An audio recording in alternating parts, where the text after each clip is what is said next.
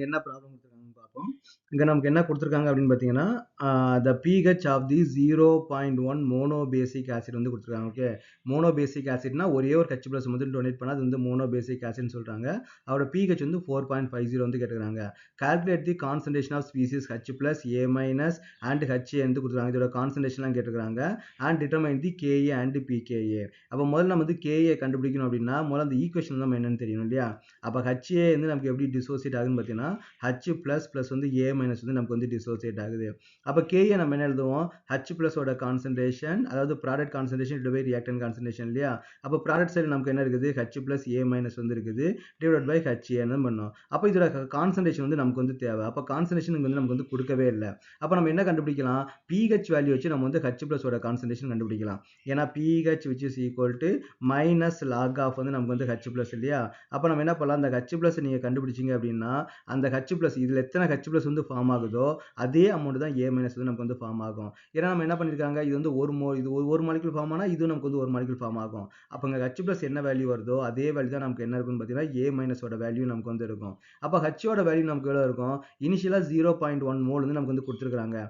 அப்ப இது எத்தனை H+ வந்து ஃபார்ம் ஆகுதோ அத்தனை இது நமக்கு வந்து குறைஞ்சிருக்கும். ஓகேவா? அப்ப நமக்கு HA ஓட கான்சன்ட்ரேஷன் நமக்கு இருக்கும். H ஓட கான்சன்ட்ரேஷன் அந்த 0.1 லேருந்து அந்த H+ ஓட கான்சன்ட்ரேஷன் நமக்கு வந்து மைனஸ் பண்ணணும். ஓகேவா? ஆனா நீங்க வந்து பாத்தீங்கன்னா இந்த H+ ஓட கான்சன்ட்ரேஷன் ரொம்ப நமக்கு கம்மியா தான் வரும். ஓகே.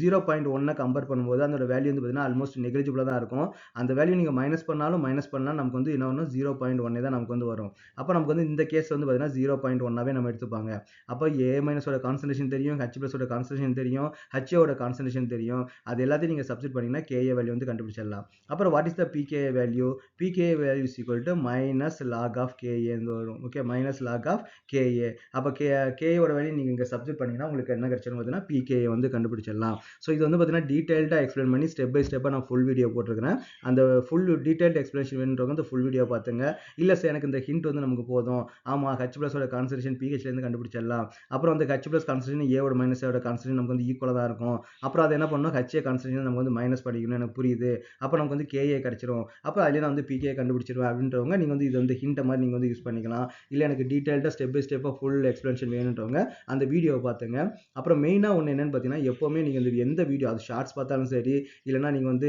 ஃபுல் வீடியோ பார்த்தாலும் சரி பக்கத்துல ஒரு நோட் வச்சுங்க. ஒரு வீடியோ பார்க்குறீங்க அப்படின்னா அதுல புதுசா என்ன லேர்ன் பண்றீங்கன்றதை எழுதுங்க. சார் மோனோபேசிக் ஆசிட்னா எனக்கு வந்து என்னன்னு தெரியல சார் நான் இந்த வீடியோ தான் லேர்ன் பண்ணிக்கிட்டேன் அப்படின்னா அதுல வந்து நோட் பண்ணி வச்சுங்க. Notes is very important.